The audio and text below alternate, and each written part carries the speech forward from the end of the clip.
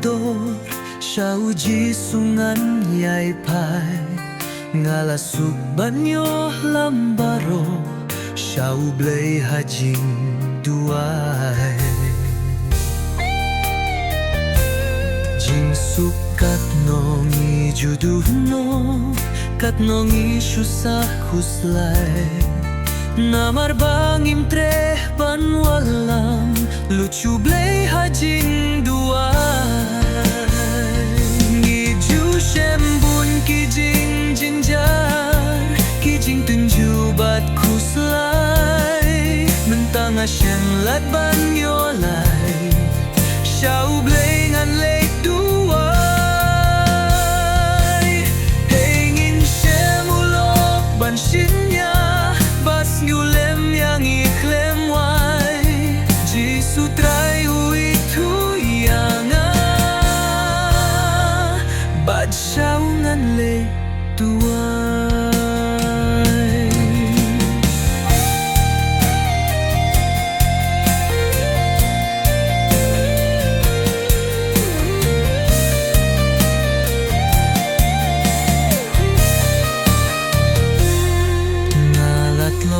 Bat kia ka jingki Bunsin ya kapok na bray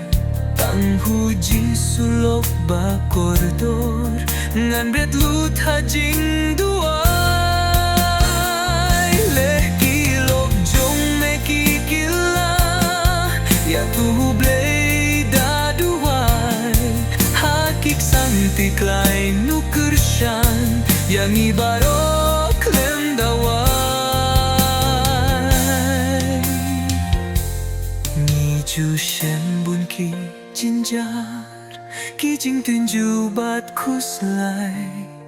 Bentang Hashem lat ban yolat Siau blay ngan lay duay Ngin shen ulok ban shinya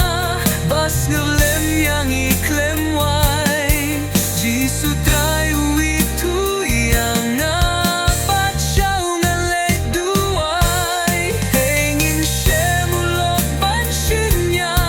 Bas ngelem yang iklem wai Jisu trai uitu yang ngapat siau ngan lay duay